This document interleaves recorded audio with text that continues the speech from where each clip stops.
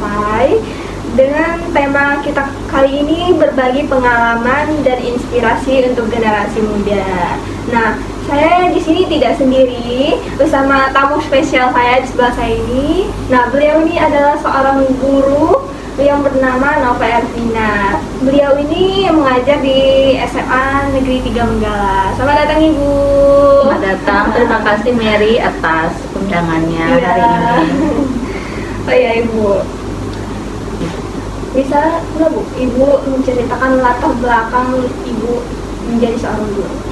Oke, Assalamualaikum warahmatullahi wabarakatuh. Terima kasih atas undangannya. Jadi nama Ibu Nova Ervina, SPD MMGR ya, atau nanti bisa SPD GRMM. Ya, jadi Ibu mengajar itu dari 2009, Maret 2009. Itu pertama kali Ibu bertugas di SMA Negeri 1 Abung Semuli, Lampung Utara. Nah, kemudian setelah 6 tahun, sekitar 2015-an, karena turut suami ya di Tulang Bawang di Menggala ini, jadi Ibu mutasi ke SMA Negeri 3 Menggala sampai hari ini ya, sampai di 2024 ini. Jadi kurang lebih hampirlah 15 tahun Ibu mengajar ya. Seperti itu, karena Ibu dari FKIP Unila jurusan kimia, jadi Ibu mengajar guru kimia, dan di kurikulum Merdeka ini kita jadi mapelnya tuh IPA. Jadi guru IPA di SMA Negeri 3 Menggala. Kebetulan Ibu sudah tersertifikasi dan juga alhamdulillah Ibu lolos di guru penggerak Tulang Bawang angkatan 10. Wow, keren Bu. Ya, terima kasih. Gimana sih Bu, kenapa Ibu bisa memilih sebagai profesi guru ini? Oke, kalau Ibu flashback lagi ke masa sekolah dulu di tahun 2003 pas Ibu lulus, itu sebenarnya cita-cita Ibu tuh dokter ya. Mungkin sebagian besar yang Ibu ajar tuh suka Ibu ceritain kalau cita-cita awal Ibu tuh sebenarnya menjadi dokter sebenarnya gitu. Cuman karena waktu itu pada saat Ibu kelas 2 SMA ya, kalau sekarang kelas 11, itu ayah Ibu tiba-tiba almarhum ya, mendadak. Kemudian ibunya Ibu itu hanya guru juga waktu guru SMP, dan dulu gajinya tuh masih kecil, belum seperti sekarang ini kan. Nah, jadi kita sharing dengan orang tua, bisa nggak selain dokter? Karena waktu itu kan Ibu jalur PKAB ya, kalau sekarang apa namanya, SN, itu kan yang tanpa tes. Dulu itu namanya PKAB. Jadi Ibu tuh sudah diundang gitu kan, sama sekolah tuh siswa-siswa yang berprestasi dan ranking-ranking itu kan disuruh ikut. Nanti kayak siswa IG banget. Iya, kalau sekarang istilah itu. Nah, jadi karena sharing, kemudian permintaan dari orang tua Ibu cari fakultas lain ya. Ya udah, karena Ibu waktu itu guru SMP ya, ibunya Ibu, ya udah deh, kalau zaman dulu tuh mau naik level sedikit dari orang tua gitu. Kalau kimia tuh identik di SMA, karena nggak ada di SD dan SMP tuh nggak ada.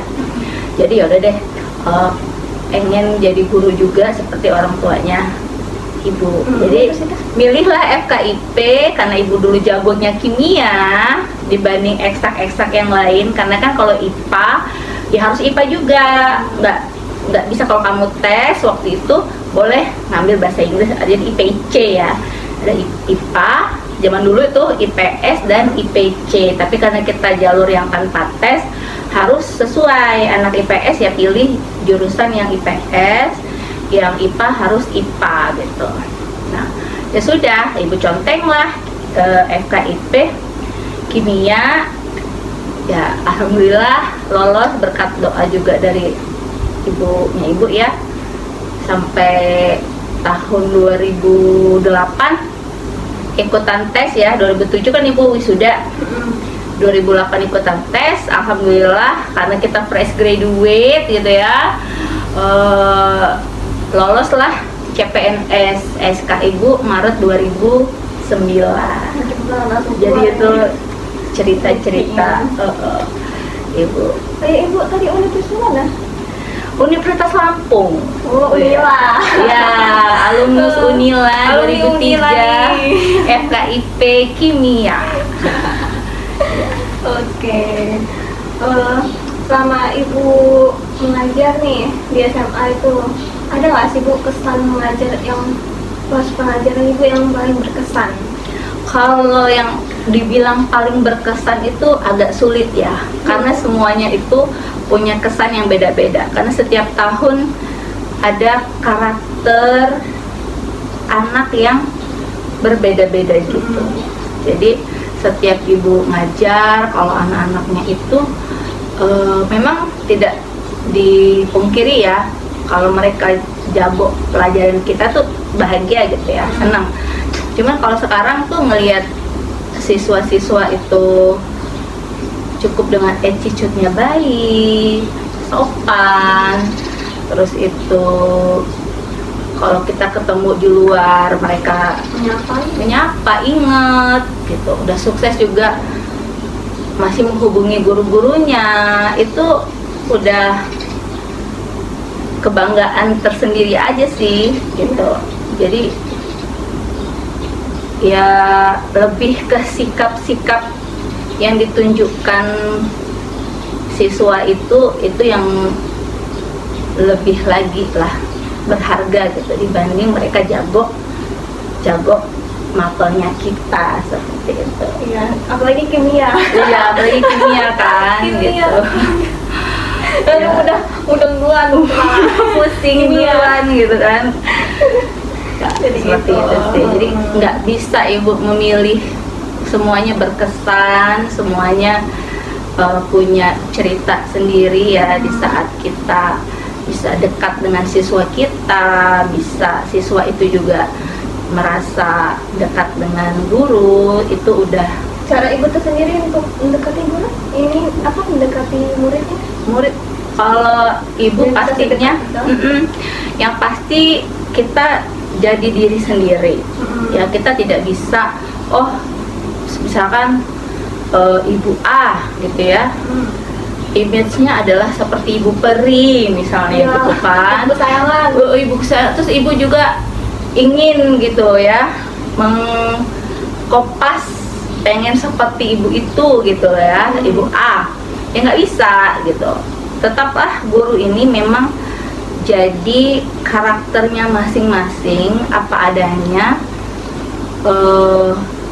tapi dengan tujuan kita itu tulus, ikhlas gitu ya. Kan nggak hanya mengajar mata pelajaran kita aja kan, guru itu juga membimbing, memotivasi, mendidik gitu ya. Ibu lebih ke gimana ya, maksudnya tidak hanya fokus ke mengajar terus, tapi kadang ibu cerita, ibu kasih Ya, motivasi, terus itu ibu bilang WA ibu kalau emang ibu tidak sibuk atau ibu nggak tidur, itu siapa yang butuh gitu ya, sharing atau apa, ibu open. Di luar mata pelajaran kan sering tuh pada ngumpul-ngumpul tuh gini ya, ekskul gini, ekskul A atau apa, cerita curhat, ini itu ibu open gitu. Kalau ibu itu dijuluki sebagai guru apa nih kalau di kelas atau gimana? Kebetulan kalau julukannya masih yang tertegas ya. Jadi saya memang Mary merasakan sendiri gitu ya, kalau zaman siswa-siswa ibu ya, sekitar 15 tahun 10 tahun yang lalu gitu ya, mungkin akan terkejut melihat ibu yang sekarang gitu. Karena kalau saya yang dulu, saya masih memegang idealisme gitu ya, masih yang teacher center gitu. Jadi kalau yang sekarang kita sudah mulai merubah diri gitu ya, menjadi pembelajaran kita tuh student center, centernya di siswa. Kalau zaman dulu kan pengennya siswa rapi, mendengarkan guru yang menjelaskan, murid harus ngerti, harus paham, harus jago gitu ya. Kalau mereka nggak ngerti atau ribut, ibu marah, ya kan, seperti itu. Ya kita harus mengikuti perkembangan zaman juga. Iya, Ya, seperti sekarang sudah ada IT, mengubah, harus berani gitu ya, keluar dari zona nyaman untuk mengubah yang tadinya teacher center pembelajaran kita ubah ke student center, seperti itu, pusat pada siswa. Oke. Kemudian aku mau nanya Bu. Boleh nanya lagi? Silakan, mumpung Maaf ya Bu. Sama proses belajar mengajar, Ibu ada nggak sih Bu ini inovasi terbaru dalam proses mengajar untuk meningkatkan kreativitas siswanya? Oke. Inovasi yang pertama kali Ibu mulai ada pergerakan itu pas, jujur ya, baru pas COVID 2020. Jadi di situ kan kita kan harus online, daring gitu kan. Ibu yang tadinya nggak tahu Google Classroom, kita harus Google Classroom, kita harus memanfaatkan WhatsApp lebih baik. Kemudian Ibu sudah mulai bikin channel YouTube, channel YouTube Nova Elvina, di like, subscribe, dan komen ya. Jangan lupa ya. Ya seperti itu ya. Jadi Ibu udah ikutin, karena kita pembelajaran itu sepanjang hayat, guru pun juga harus belajar gitu.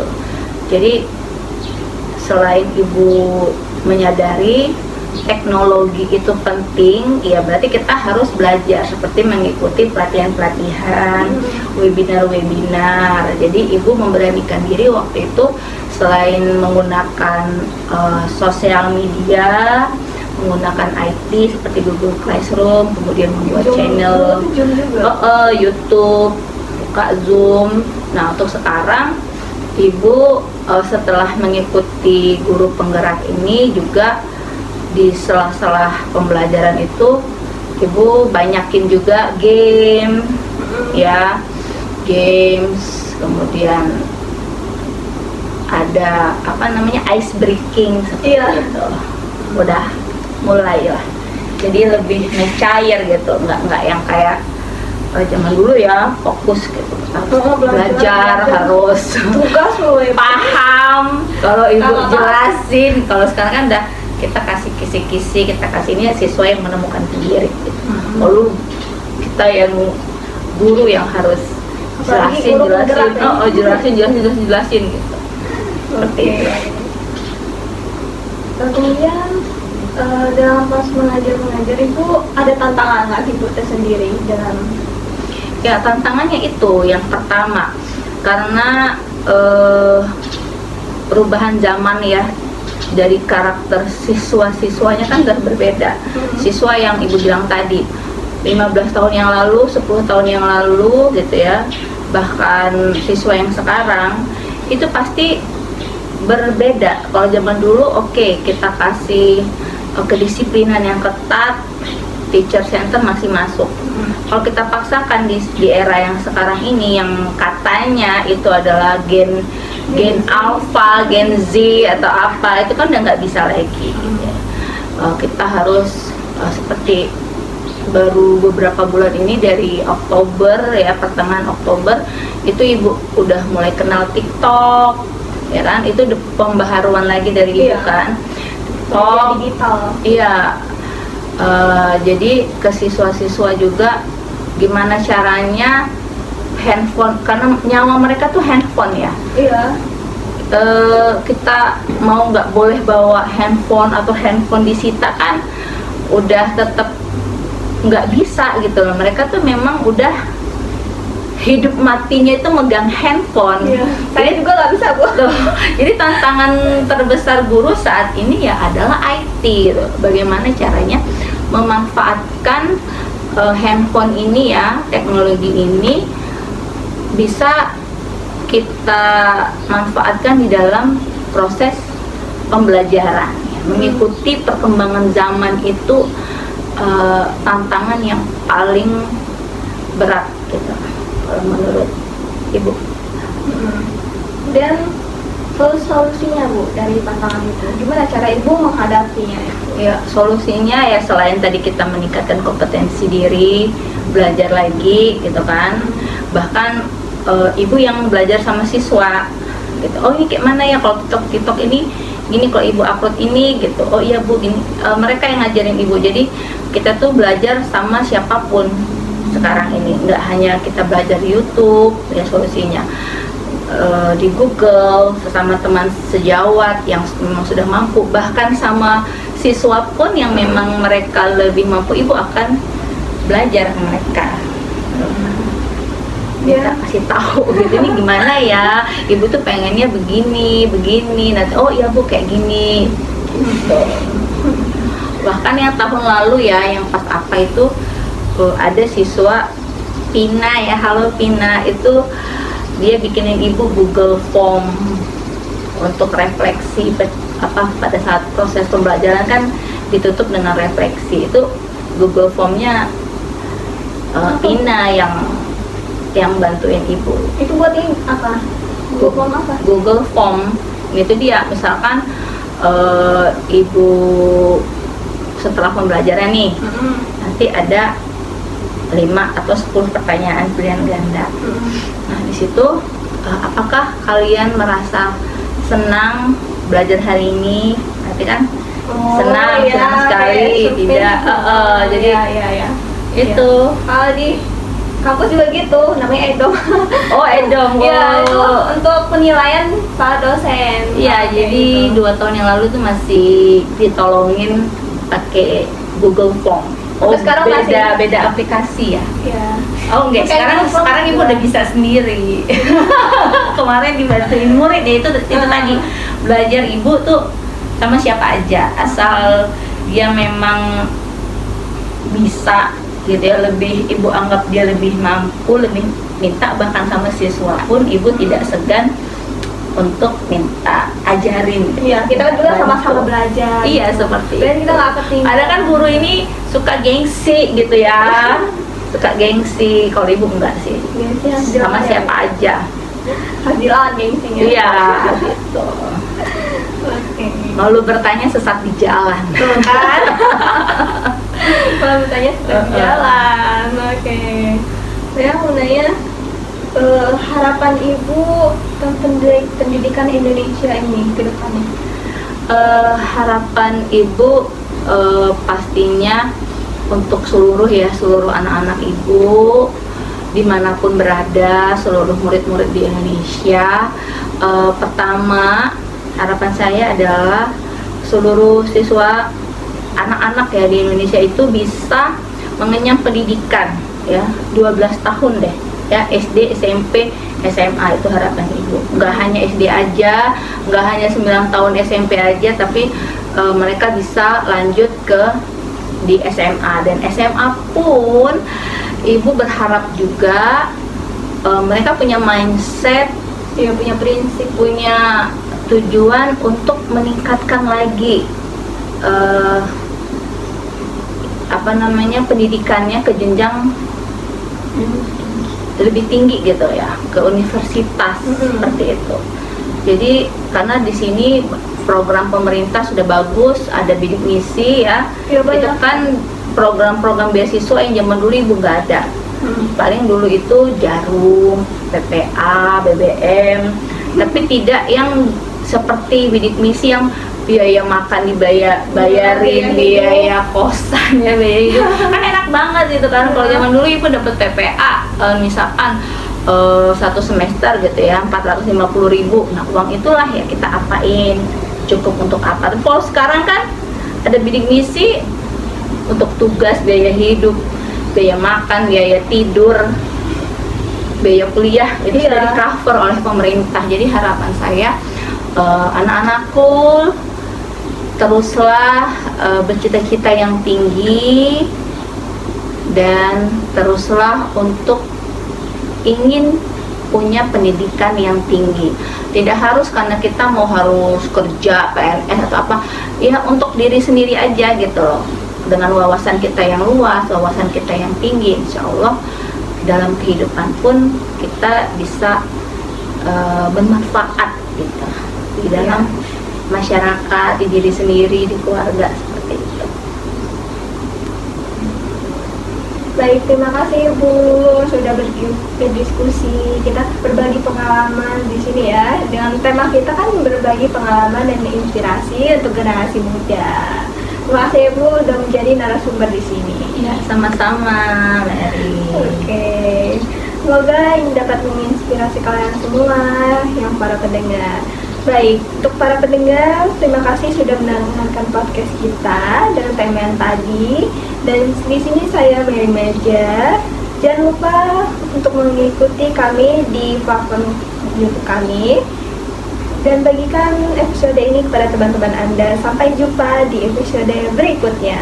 Terima kasih.